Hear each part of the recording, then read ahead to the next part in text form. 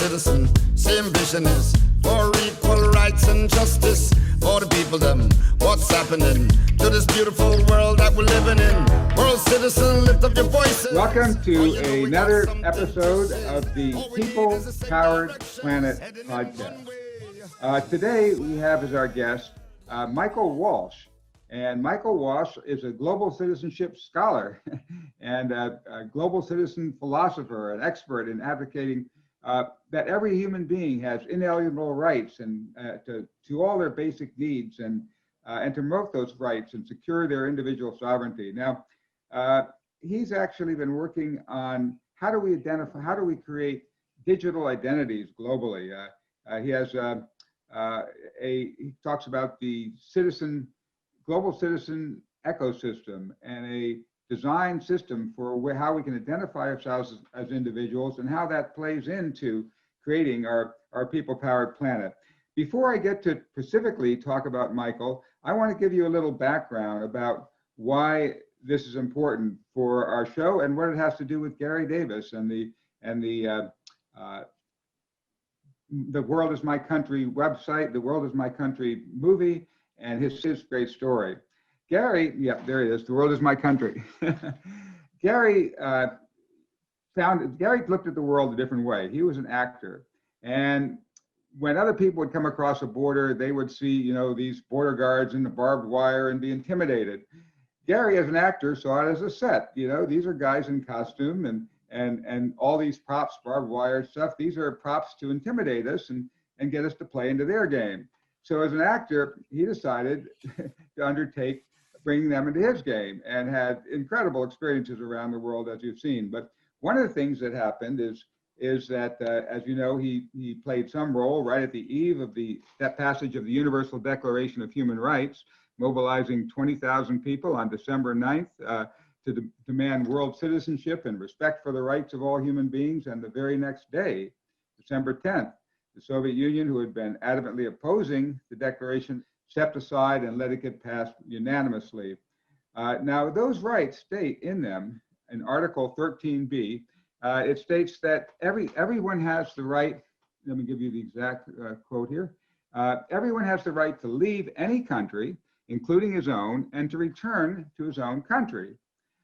So Gary, when he read to people that declaration, that didn't help, they needed a passport.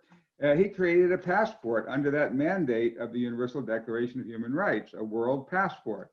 Now, what gave him the right to set up a World Service Authority and to create a passport? Well, actually, it's very interesting. The preamble of that Declaration of Human Rights, passed unanimously by all the nations in the world, states that this Universal Declaration is a common standard of achievement for all peoples and all nations. And to that end, every individual and every organ of society shall, by progressive measures, national and international, secure their universal and effective recognition and observance. So it's not just the nations that are obligated by the Universal Declaration of Human Rights to respect human rights, and we know so often they fail to do so, but every human being. And so Gary, as a human being, had a right to create this. Now, this passport, since 9/11, it's gotten very difficult to use it as a travel document. But over the years, 95% of all nations have not only stamped passports and visas, but I've experienced myself, mailing in the passport, goes through a processing office, it comes back with a visa. Border guards, officials have, in fact, when I traveled to Venezuela, they actually had a machine with all the names of all the countries with the passports. And they had a button for Mundo, it was officially in their thing. So why is this important? Why is it important to have an identity? Well, there are over 50 million stateless people in the world who have no means of identity, no means. And so many of them are stuck in situations where they can't travel, can't get out of refugee camps, can't even secure medical care for the kids, can't get their kid enrolled in school without an identity document. So the World Passport has played an incredibly valuable role to help these people do that. They can get this identity document and they can get their kid enrolled in school. They can get them the shots and medical care they need. there are so many ways that this identity is crucially important. So right in our movie, we show the case of Yasin Bey in the full version of the movie. Now, when we had to cut it down to an hour, we couldn't include that for the TV version. But in the full version, we show the challenges that Mos Def, also known as Yasin Bey, faced when he tried to use the world passport to leave South Africa to play in a musical gig, and he was actually detained for it. And we should go through that whole story. The head of the World Service Authority now, David Gallup, warns in the film that when you use the world passport, you may be detained, your rights may be violated, it may be confiscated. So this is a tool. Gary would always say this is a tool for claiming your human rights, but it's not an assured travel document. Now, what happens is when you use this tool, very interesting things happen. First of all, this is a way to identify yourself with humanity as a whole. There's a feeling that comes when you say, my God, I am a world citizen. You create that identity in your head, and you take this wisdom of the sages of the ages who have all said we are one, and you actually have a physical document you can feel and hold that identifies yourself as a world citizen. So there's a good feeling about having it, but it's also an educational tool, Gary would say. We could teach other people about it. It's also a way of standing up. I mean, I've had a variety of reactions from border guards. I usually present my US passport first, and then I present this just because when I presented it first, I have been hassled in the past. We actually experienced, when we traveling to India, 4 out of 5 times, Gary's passport was recognized once officially by Prime Minister Nehru, that one of the key founders, and called it the passport Gandhi would have carried. But then on one of his trips, he was actually turned back and sent away and detained, and we filmed some of that. We saw pieces of that, and yet we also have film of him when he got into India on the world passport. And the same conference where he was detained and sent back, another person came to that conference the same year, the same month, within a few days of Gary, and actually had their world passport stamped. So it's very arbitrary. It's up to individual border guards, and when you send it in for a visa, it's up to the staff and so on that fulfill that. But in any case, Gary was kind of a pioneer in creating an identity. And today, there are other people getting into the game, and that's why we're talking to Michael.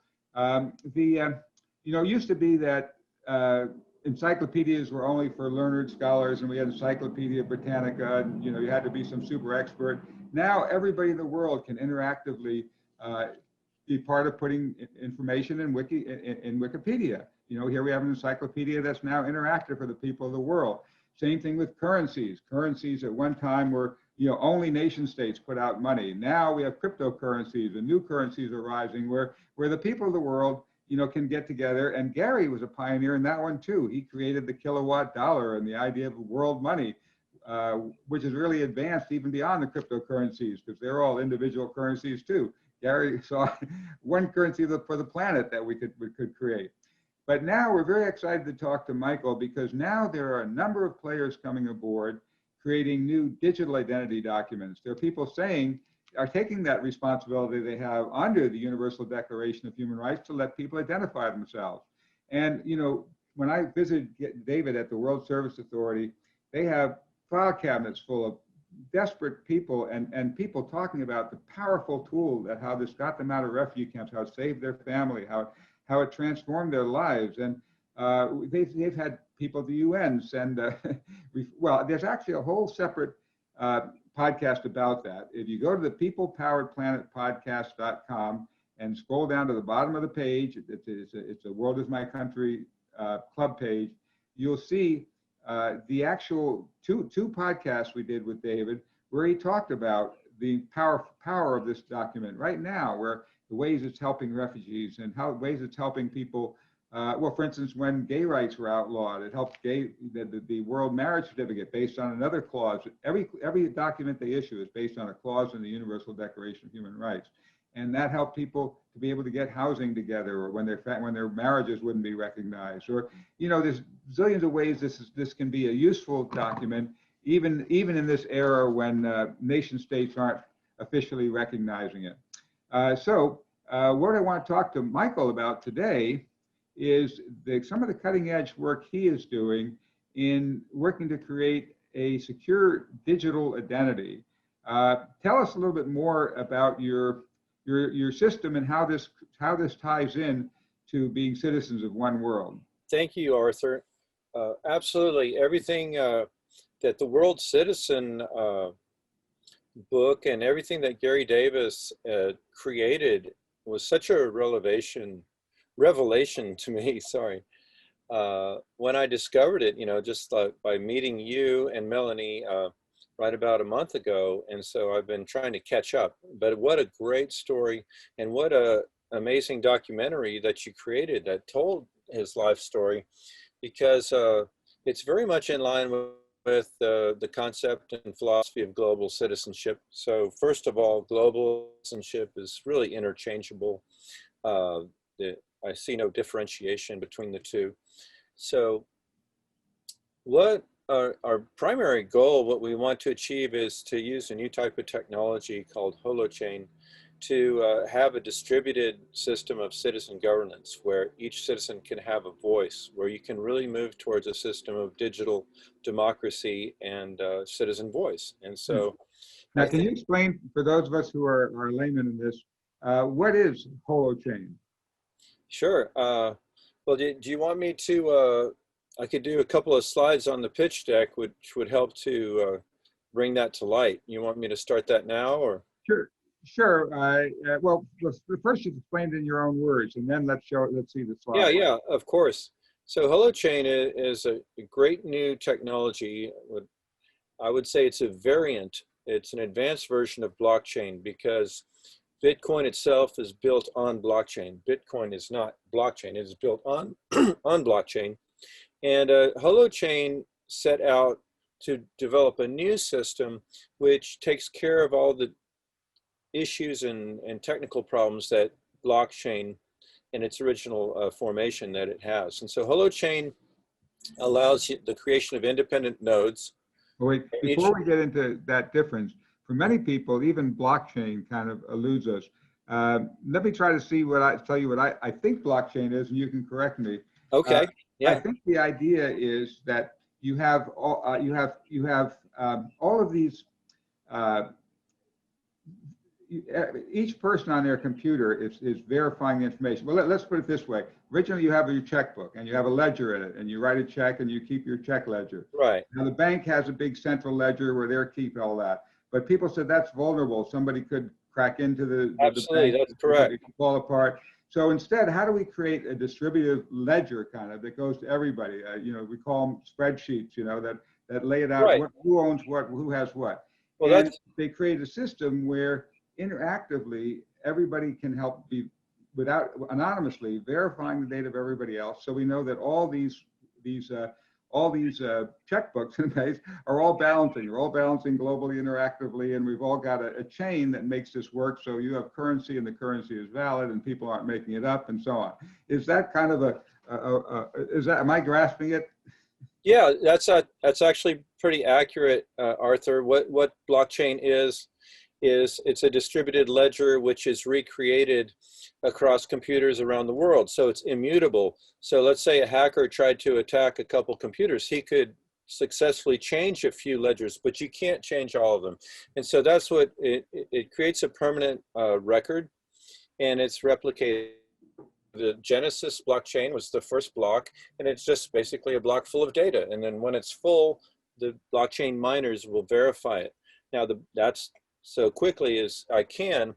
The main thing about blockchain that is a weakness is that to this day, the supercomputers that they're using, that the miners are using, they have to establish universal consensus across every block that's ever been created. So this just takes so much time for the computers, even the most advanced supercomputers.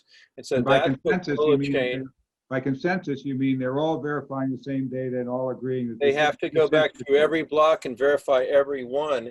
And right. I'm no expert, but that's basically what happens. And right, so it does take a lot of supercomputing. It takes a lot of energy. They say that all of the computers that are mining for blockchain is using as much energy as the country of Ireland. And so you can see that it's not eco-friendly either. It is very energy intensive, energy intensive and computer intensive. So to wrap up this technical discussion, the thing to remember is, what holochain does is they're not requiring universal consensus across every node or every bit of data, but it uses a system of localized and limited consensus in order to process much quicker. And it's also distributing the processing power to all of the members on the holochain network that can either process on the background of their computer, so unused computer processing power, and they'll be rewarded with the holofuel token. Okay, you follow? Okay, yeah, now it's making sense, yes. Compared to the blockchain where you have all these miners that are using supercomputers, they're getting paid in Bitcoin, right? In the holochain world, it's distributed across all the members who can, so it's a distributed, much more democratic compensation system where you or I or anyone who buys, Jason Cook is on the call with us today. He owns a holo port, which is a dedicated box, which is like a kind of mining tool, and he will process holochain transactions in his box, and he will earn crypto for that. So let's leave it at that on the technical discussion. And if you want, I can bring up a couple of slides and we can Sure. go into the more important concepts that we want to talk about today, which is, how are we going to establish the system of individual sovereignty, and how can a global citizen or world citizen passport help us to get social movements verified, identified, and be able to get people behind them in a meaningful way. Okay, go ahead. All right, so I'm going to share my screen. Here we have the Verified Identity Citizen Network. So this is a big challenge for a lot of technology platforms. How do you verify the identity? So there's several technical ways that we'll be able to do that we won't go into. But the idea is independent nodes where, this is decentralized and there is no corporation or government in control of the network. So it's truly peer-to-peer and truly independent. So by definition and by design, holochain is a democratic platform. When we look at the existing social networks in the world today and all of the problems that we see coming from them, by definition, they're centralized and they're obviously scanning your data, developing a profile on all of the members, using artificial intelligence and algorithms in order to drag you into discussions or in order to continue to drive engagement on their platforms. But we see fraudulent profiles, we see groups that are, sharing their propaganda, violations of privacy by reselling your data, and so on. So what we see lacking is a focused overall objective or goal of advancing human rights or advancing environmental causes. To their credit, on Facebook, we do see citizens can self-organize on Facebook groups. And this has been, that's a big story right there, where we've seen, revolutions have been started. I think the Arab Spring, it was mostly organized on Facebook. So it is a great organizing tool. And even governments have used Facebook to make official government proclamations in order to get it out. So what we want to do with the Global Citizen Network, being peer-to-peer and decentralized, is have a true authenticity network where you don't have all of those negatives that we just saw. And here we have what I discussed, the holo ports and no server farms. So no centralized massive warehouses full of servers like Google and Facebook are forced to use in order to process the tremendous amount of data on a daily basis. The holochain network can be operated in a totally distributed way. So that's a huge advantage right there.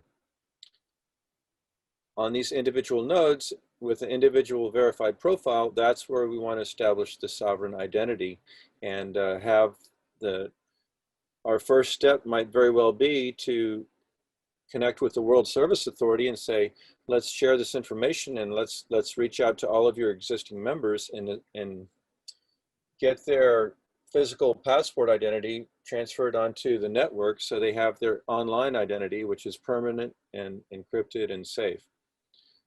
So another advantage is each node is a blockchain in and of itself.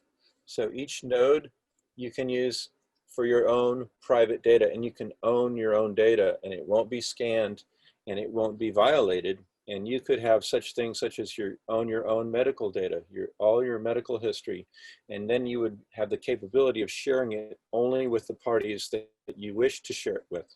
And you would actually have ownership. We know that's a big problem, especially in the United States, where basically corporations and medical establishments have your medical data and so on, and it's hard to even get to it. So we'll wrap this up here. I don't want to go too deep into the pitch deck, but it is a gamified system where we will have the GC University to educate and concentrate it. GC University is the Global Citizen University. Yeah, that's right. GC short for Global Citizen. And then we can also have our own cryptocurrency coin, the GC Cash coin, which can become a source of funding for us. And then part of our ecosystem will be tying to an online eco bank, which already has a reward system in place and doing amazing things like tree planting and automatically offsetting your carbon emissions. And then connect with Earth Hero Eco Store, where only the highest quality sustainable products are. So that will be that's where we can earn some revenue, and that's where we can drive engagement and get people moving in the right direction for personal change, for starting with the environment. So here we see the university playing out, and this is the last slide I'll share here. So it'll show how we're going to start at level 1 by covering all these topics in sustainability. It's very approachable, relatively simple concepts, but you'll be able to see how, the products that you buy do have an impact. And so the more savvy you are as an eco-conscious consumer and everything that you buy, the better that you can contribute to taking care of the planet. At level 2, we introduce higher levels of education modules and start talking about things like social justice and human rights. And then when you get from level 1 to level 2, you can make, within the holochain, there's a thing called smart contracts, where we can introduce pledges, where you make pledges for your personal change on a personal level for everything that you learned at level 1. Okay, at level 3, we'll start focusing on digital democracy, introducing our voting system, and introducing concepts of social movements and identifying the most important social movement of all is world peace. And I would second that by saying the fight for the climate and getting the climate back in balance. So here we have what Arthur introduced. Everything that's so critical is a legal framework for the individual to have sovereignty. And this is where we want to really focus the rest of our discussion today, I would say, is how do we establish this? We're kind of talking about the creation of a global constitution, so to speak, where the individual can have ultimate sovereignty if we have the platform where we can connect and actually build consensus on whatever the social movement might be. And the Earth Charter is an amazing document. It actually took several years to create, and I think over 100 nations were involved in its creation. So I encourage everybody to look into the Earth Charter, and they're currently working on a revision, I believe. So I think the combination of the Earth Charter and this Universal Declaration of Human Rights, we have the best foundation for, this is what we believe in as global citizens or world citizens, and that it is the platform in the way that we can extend these rights, like Arthur was talking about, especially for these undocumented people. I think there's roughly 1 billion people, so 1/7 of our population is undocumented, and is just an enormous problem because they can't receive social services, they can't travel between borders, they have no identity, either because they're a refugee or because of civil wars and so on. So there is also another organization very important to people could look into. It's called the World Identity Network, and they're doing, they're much more advanced than we are. They're much further along. They have the support of Richard Branson, and it started 3 years ago. So we're trying to reach out to them and find out what they've built on blockchain to create a system of online digital identity. This is really an overarching goal that needs to be created as soon as possible, so we can protect the rights and have identities for these undocumented people. So to finish up, the level 4, we're able to accomplish some of these things here, is how do we start this global conversation about transforming industry and our transportation sector, all of which uses so much fossil fuels nonstop. And it's just heartbreaking to see our global emissions have really not gone down after multiple global negotiated treaties starting back in 1992 up to the 2015 Paris Global Climate Accord, which was signed by 192 countries. I think there's 193 countries in the United Nations. So we're not changing the story with the climate. We have not made progress. The only dip in global emissions we have seen is the result of the global pandemic, where you saw a little drop off, temporary. Here's your global emissions year over the last 40 years, and you see this little blip downwards, just a little blip downwards when the pandemic hit. So the pandemic is really it's our inflection point. It's our moment of global change that we have to seize, because we can see that it is possible. We did reduce emissions. If there's the reason is that industries were shut down and a lot of the airlines were grounded, right? That's why our emissions went down, and scientists were able to detect that drop in emissions. But we do face enormous challenges as a species, and the outlook is not pretty, and we need something like this to start moving towards telling a different story and bringing a new reality to our industrial civil systems in the world. Well, thank you. That is very crucial, and what a crucial question. I mean, it's true. Humanity is facing its ultimate challenge, whether it'll even continue to exist on this planet or not. And we have very intelligent people thinking about interactive ways of creating shifts. And we have several very important people part of this podcast who have been working in this area. So very soon we're going to turn it over to their questions and interactions. But before we do, I want to say that I was particularly excited by your idea of maybe working with David Gallup and the World Service Authority to upgrade the passport to include a digital identity with it. So it can become, because it has this incredible history of being, stamped by almost every nation in the world and having a background of over 60 years of being used in the world.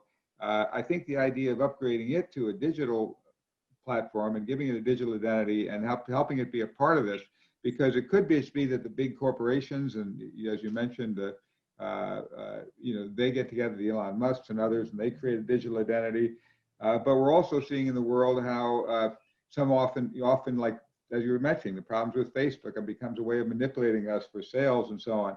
And how do we, the people, create our own interactive identity that can be bottom up, and that can support not only the stateless people around the world, but give the people who already do have other passports a chance to identify with humanity as a whole, and to have that feeling of interconnectedness, and to have that something changes in your mind when you click to thinking of yourself as a world citizen. Suddenly, all these problems that seem unsolvable when you're stuck inside that box of the nation state thinking, suddenly you're liberated to whole new ways of looking at these problems and being able to solve them. So I'm glad we're stepping out into that pattern of being world citizens. Let me turn it over to some of the questions, because I see we're already having some in the chat box, and we also have people on board who have been working in this similar fields to you. And I'd love to get them to say a little bit about themselves, people like Jan and Daniel and Cynthia and others. and to join in on this discussion of asking you some questions and contributing to this discussion of how does creating a verifiable identity so that each one of us as human beings, we know it's not some robot, some bot making fake stuff. Each of us has a voice at the global level, both in being able to say I am and being able to say I make a difference in the world. So are we ready for some questions, Melanie? We have just a really great comment from Cynthia. Cynthia, I just wanted to read, you said, yes, the previous diagram has brought me clarity. Thank you. Once the pyramid is flipped, how best to improve the status of the social contract? The answer is source, which brings to the level added of environment. Very lovely. Thank you so much. Do you have any comments on that, Michael? Oh, yeah, absolutely. You know, there's such amazing movements that have just appeared like in the past few years. Greta Thunberg with her Fridays for Future. You know, what we have to do is create this platform to give them the platform that they need to organize and connect globally. It's their world. You know, it's up to us, older folks, to do everything we can in our power to empower the youth movements that are afoot. And it's heartbreaking that we've not made much progress in the last 20 years when all of the knowledge and the scientist warnings have been right here. But capitalism is a machine and it does not want to slow down. It wants to accelerate.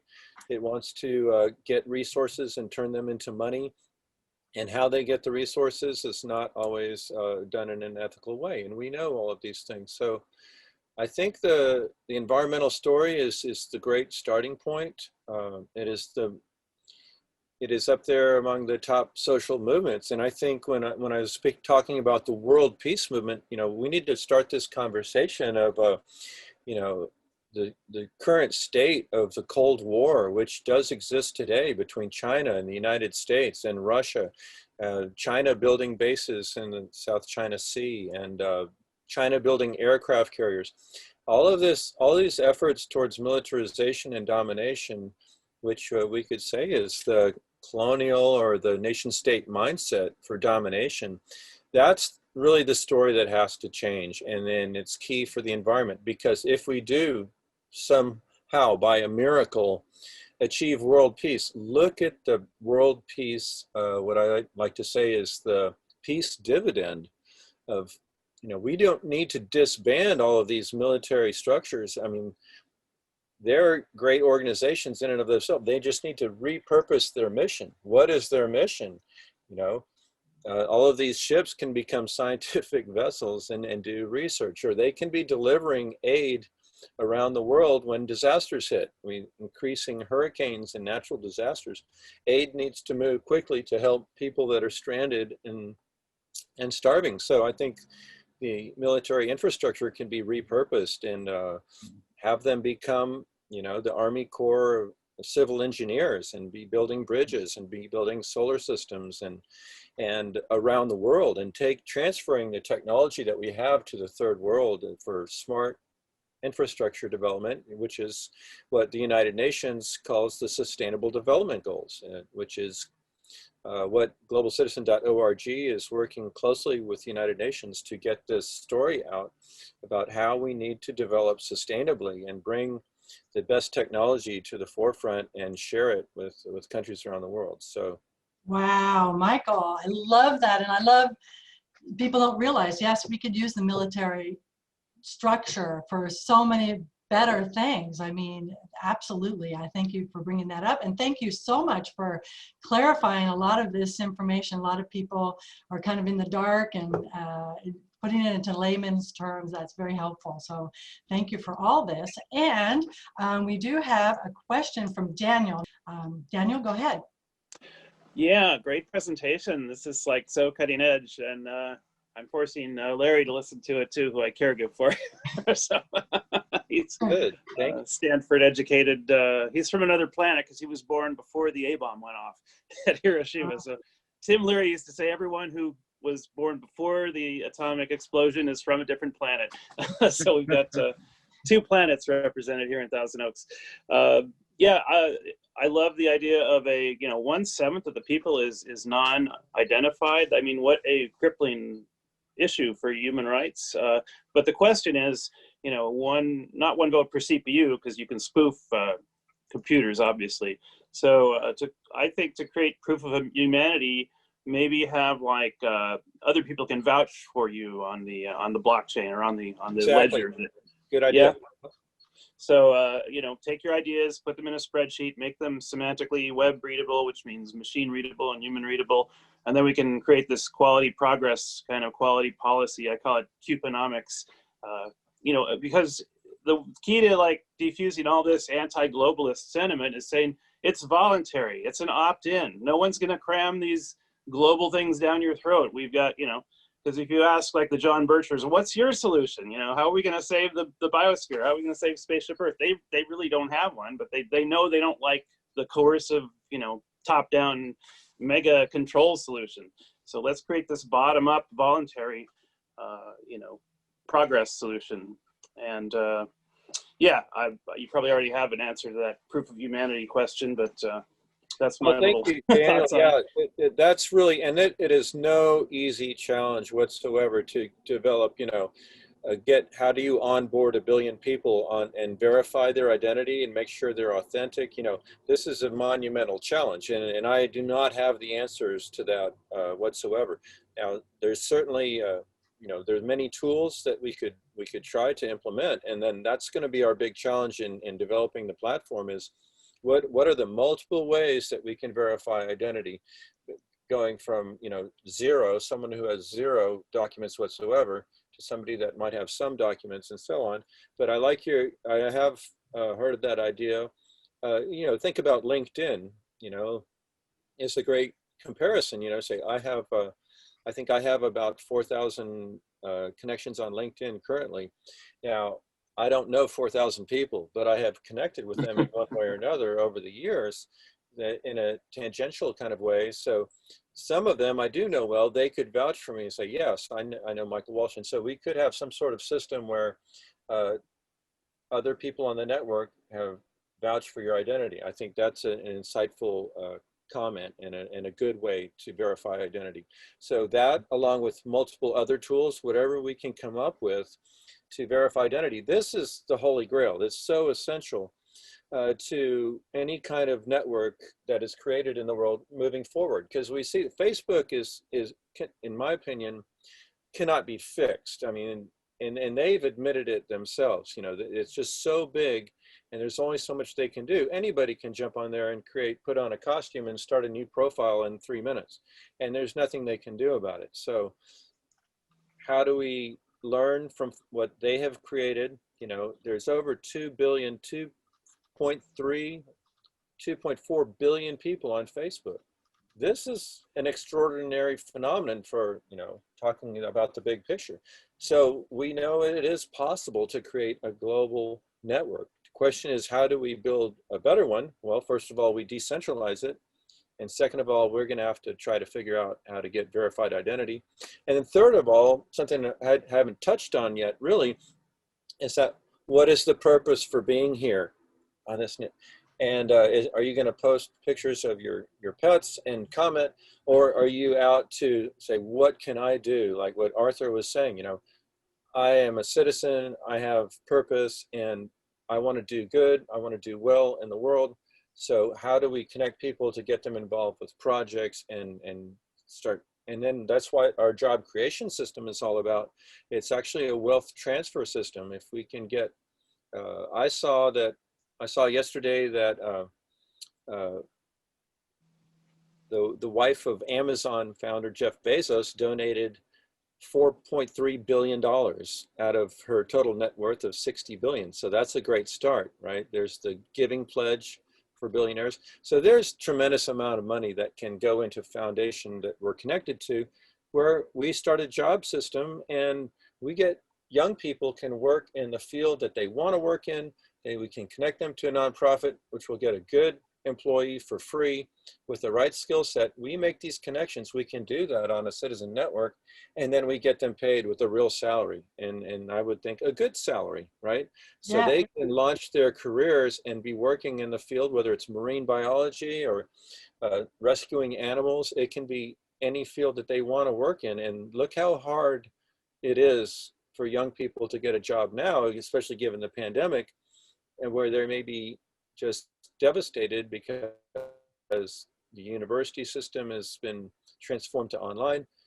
They need to be working in their fields and getting, you know, vocational training and whatever it is to you know, we need to self-actualize as human beings. We need to have the resources on an individual level, you know, to do what we want to do.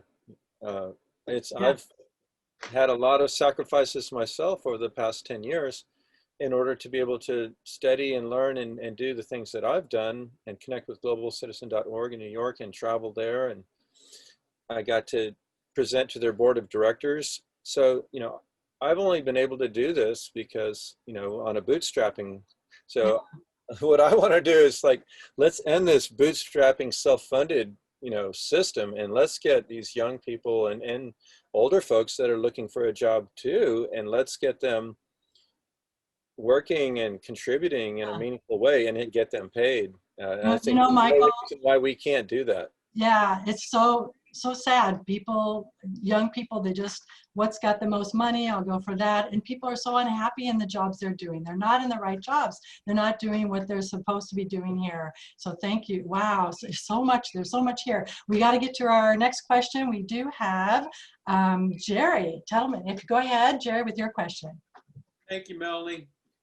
Michael, I loved your presentation. I think that is cutting edge, and I think that's something we need to work on. The question I have for you, I work with Citizens for Global Solutions. You know, I say I work with them, I'm a volunteer, and I've been working recently on the Facebook page, trying to promote that page, trying to get a message out there. I don't know if you know, you're familiar with Citizens for Global Solutions, but they promote the concept of world federalism, global citizenship, one world, that kind of thing. But I wondered what kind of suggestions you have in terms of getting the message out on Facebook, or maybe you think another site is better, or anything you have to say about how I can get a message out. Thank you. Well, I'm glad you brought up that group. I think Facebook is fantastic for organizing, and we need one of my short-term goals right now is you know, Arthur has brought to my attention some amazing group. And Arthur, I wanted you to talk a little bit in a few minutes, talk about ID 2020. That's a huge conference that was being held in New York every year, where experts around the world were talking about, okay, how do we create this system of verified online identity? So I think that's step number one. That if we can establish that platform, that's a huge first step. And then from there, my comment for what you're talking about for global solutions and what, you know, going back to the Gary Davis story and everything that's in this book about how he talked about creating a world government. I think that's a spot right there that I'd like everybody to give it some thought. You know, we need to run away from this idea of creating a world government, because you know, Gary was very well intentioned, but that's going to scare off a tremendous number of people right at square one. You know, you want to create a world government. I don't think that's the answer. What we want to create is a system of world governance. And there's a local man here in San Diego, and look at his website, local-earth.org. And he's working in the Earth Charter, and I was blown away saw how advanced it is what they're doing with the Earth Charter. And they're talking about, well, we'd have to get into that on it because I'm just now learning what they're doing, but it's about united Earth. You know, whatever we create as a concept for global connection and like a global constitution. You said world federalism. I'm not so familiar with that term, but I think what we should call it is citizen governance.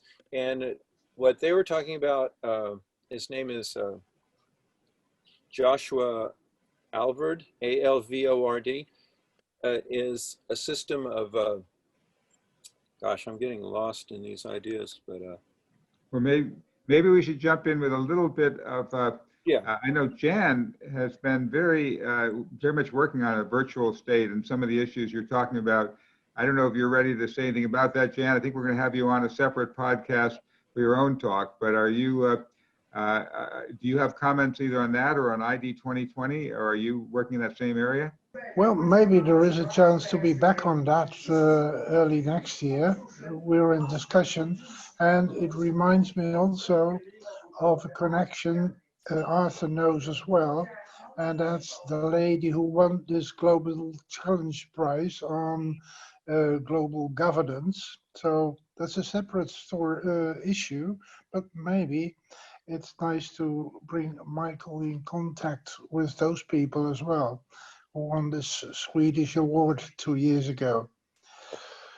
And maybe offline we can pass or share information. And as to Michael's presentation, thanks so much. And the four of us earlier this year, we were in touch with Arthur and Melanie, and we are more or less stuck on similar ideas. And where we got stuck is the mindset.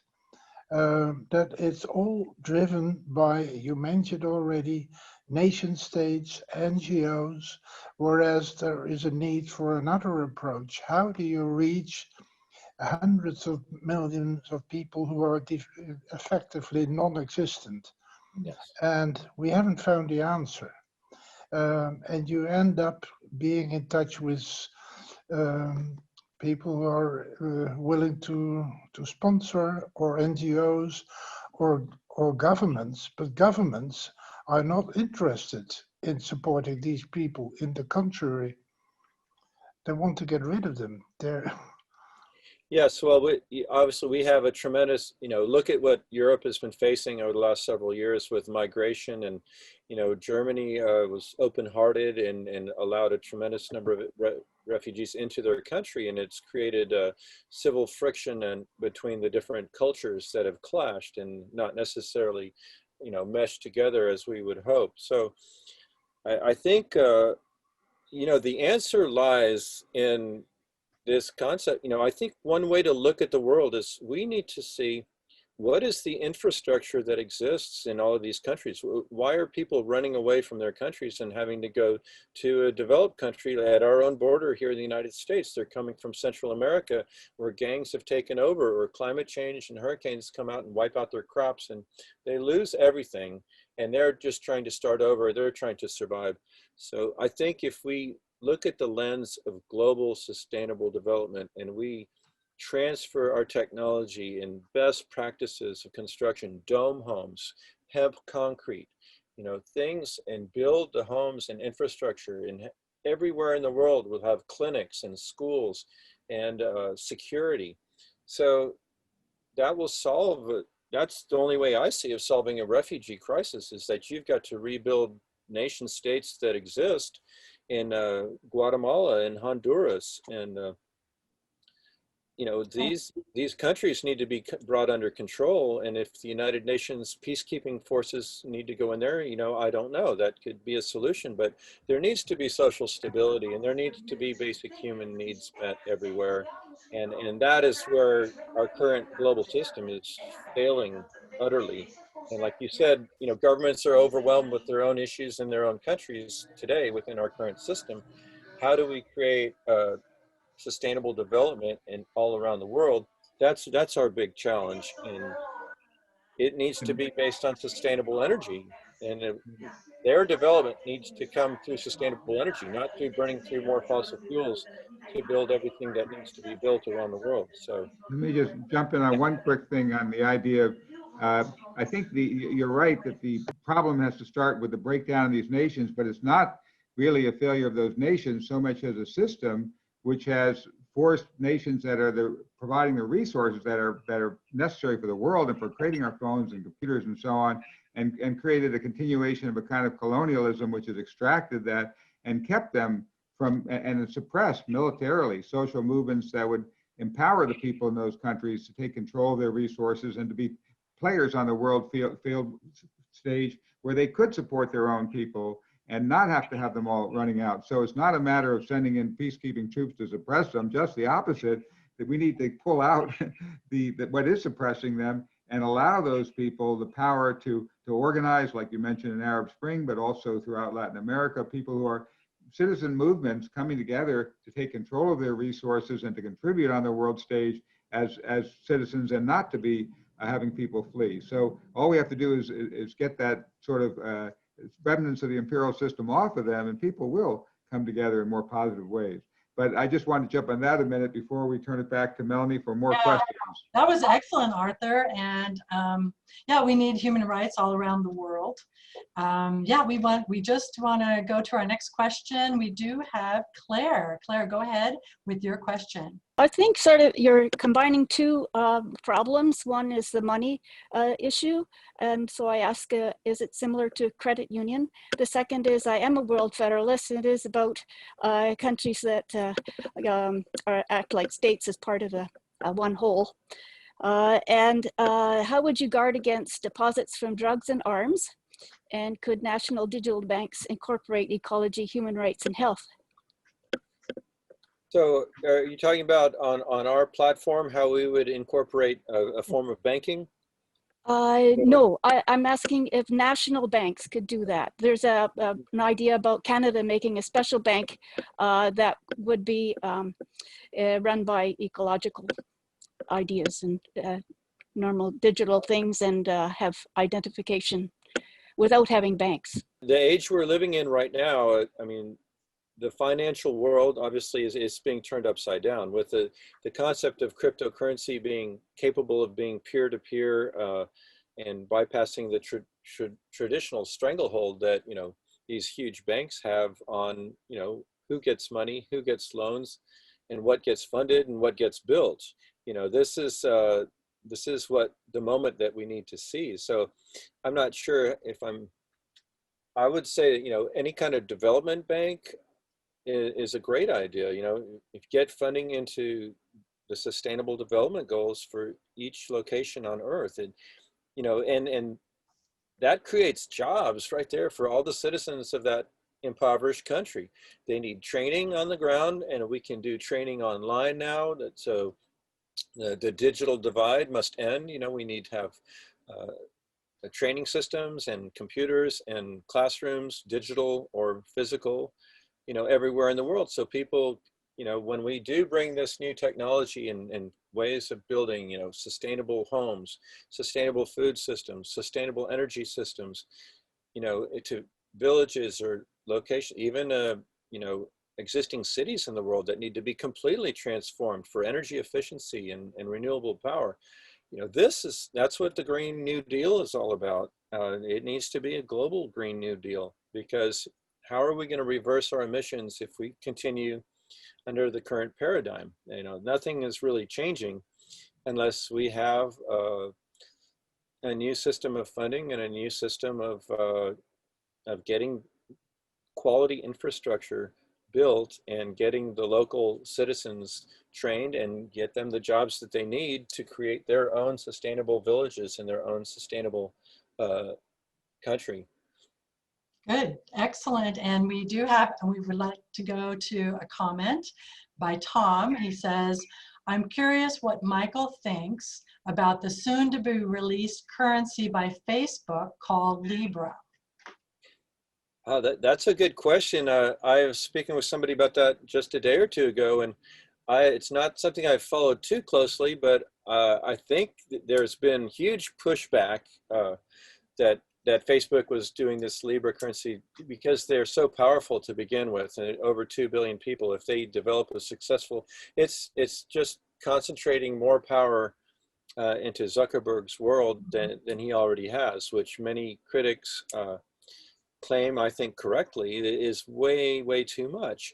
He has a significant sway over what 2.3 billion people in the world see, and then the algorithms that drive them into certain places where it's not done logically or organically or correctly, but more to drive engagement and profits for his platform. And so that's maybe overgeneralizing and being too critical, but I think what I heard was that Libra has largely failed and it's on hold. And I think that's a good thing. It's definitely a story that we need to keep an eye on. I think, you know, that the main thing is that would be a centralized and centrally controlled currency. Right.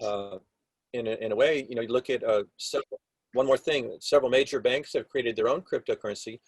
You know, and just a few years ago, the bigger banks are like, guys like Jamie Dimon were going on CNN and they're saying, you know, Bitcoin is, you know, it's a fraud and it's for drug deals and it's for underground dark money and all these things. But look what they're doing. They've developed their own cryptocurrency because, you know, blockchain and other forms of cryptocurrency, it's an inevitable technology play, I would say. It is happening, and it's, you know, Bitcoin just jumped over $20,000 today. Oh. And so there's so many advantages to the system of global monetary transfers on a blockchain, which is much better than their current system. And they know that. So they've created their own centralized cryptocurrency. It's called Ripple or XRP, which is being adopted by many of the biggest banks. And so that is another form of a centralized cryptocurrency. What we would rather see is a decentralized global currency, which will serve the poorest of the poor, right? And that's one thing I would add on our platform. What we would hope to achieve is at least a platform in the system where we could have a global system of universal basic income if you have that digital identity, and we can tie it to a digital bank. And if we can get a cell phone in their hands, there's like something like 4 or 5 billion, correct me, cell phones in the world. This is a handheld computer and it can run banking. So if we can get that digital identity established and connect it to a workable, verified, you know, online bank, then you've got a platform where, you know, just like we see here in the United States in the pandemic, we had a universal, well, 180 million people, I think, got a $1,200 bonus in their accounts, right? So we know it can be done, you know, it's not impossible. And so what if you did that on a global, that's how you get people out of extreme poverty. They're just trying to survive and get the very, very, very basics met. Yeah. I think if we get them to that 1 billion undocumented people, if we can get them the digital identity and access to banking, that's how you can have a viable plan to end extreme poverty. Wow, Michael, yay, this is so not only interesting and informative, but very hopeful and exciting. So, and you've covered so much. Thank you. Thank you. And now it looks like we're out of time, so I'm going to give it back to Arthur. Arthur, take it away. And did Cynthia still trying to come back on? Let me see a second. I don't know. Cynthia? Thank you so much. Oh my goodness, I am blown away. This is such a philosophically beautiful idea. Thank you so much. And to that point, what was that moment that you realized that this was the thing that you were going to do? Like, what was that aha moment for you? And I understand if it's kind of off topic, but oh my God, it's just so philosophically beautiful. No, thank you. If that question is for me, thank you very much. You know, I think in a very interesting way, I've been on a very parallel journey to Arthur and Melanie over the past 10 years. And I wish I had discovered World Citizen 10 years ago. What I did discover 10 years ago was Global Citizenship. And I started learning more about it in this universal philosophy that is, you know, global citizenship is based on the Universal Declaration of Human Rights as well. And so that was an officially promulgated document by the United Nations. And so I think as we move forward, we need to focus on how do we establish a legal framework and that there is a true legal weight to these individual sovereign nodes for each individual citizen. And that becomes a legal framework that to build off of, where, you know, I am a human being on this planet, and, you know, with all the technology we have today, if we ran things correctly, if we managed the world correctly, we could feed the world 3 times over, and we could end the use of fossil fuels. There's no doubt about that. And Buckminster Fuller stated it, I think, 40 years ago. We now have the technology to take care of everyone on Earth at a level that nobody has ever known. Well, and we just need to rework our systems. It's the system. It's not necessarily that we have horrible people everywhere. I think it's the fact is that a lot of good people are engaged in these systems that are intractable in a way. And we're locked into these institutions that seem monumental and unchangeable, you know, these huge nation states, these huge banks that, you know, we could never change them. But I think it's our lesson is we do need to change them in order to solve our global problems. Excellent. And Cynthia, I wanted to jump in real quick. Cynthia? Yes, I could not agree more. We keep repeating these same historical cycles and nobody seems to understand that. I would like just a heartfelt invitation to you to please come to agora-iop.org because it resolves for a lot of the issues that have been discussed here today as far as the power structure and how it affects what needs to happen. So please, thank you. Put it in the chat so we can see it in the chat. Put your reference there. And you can also everybody can save the chat by going to the 3 dots, clicking on them, and save chat. Well, this has been a wonderful and delightful hour with you, Michael. Thank you so much for joining us. This is actually the last, we're going to have a social meeting after this, but this is the last official meeting of the year, right? Melanie can tell you what's coming up next. Right, so we're off for Christmas, our holiday break, and so we'll be back for the first Wednesday in January with a little social, find out what everybody's been doing over the holidays. So we'll get back with that, and then we have some great speakers coming up in January. We'll get those on the website. So yeah, so no meeting next Wednesday or the following Wednesday, so 2 Wednesdays for the holidays, and then we'll be back January, the first Wednesday in January. So yeah, have a wonderful holiday, everybody. Hope you have a good time. We're getting started our holiday, but we're also finishing up touches on getting ready for the public broadcasting station. Our movie, The World Is My Country, is going out on public broadcasting stations all over the country in April, and we've just engaged this fantastic station relations rep who has many exciting ideas about how we can get this out on the World Channel and really make something big of this for reaching out across the country and getting people to think about this. And then, of course, we need to get it out on television stations around the world. So this is the beginning of getting people to recognize these beautiful shifts in the world. So Michael, thank you so much for sharing this. Good luck with your investment in your podcast, and maybe you have one last short important thing. So many new organizations are coming, and I think that's my short-term goal is, gosh, there's a lot of organizations that are working towards world unity, and if anything, let's unify all of these organizations that are trying to do the same thing in parallel and may not be aware of each other, and let's see if we can unite them. And I think then we can find out what the best tools are and also garner resources to get cracking on building this network. Great. Well, I see Tom giving a thumbs up on that, and thank you. With that, thank you, everyone. We love you all. Great discussion, and have a very, very happy holidays. World citizen, lift up your voices. Oh, you know we got something to say. All we need is the same directions, heading in one way.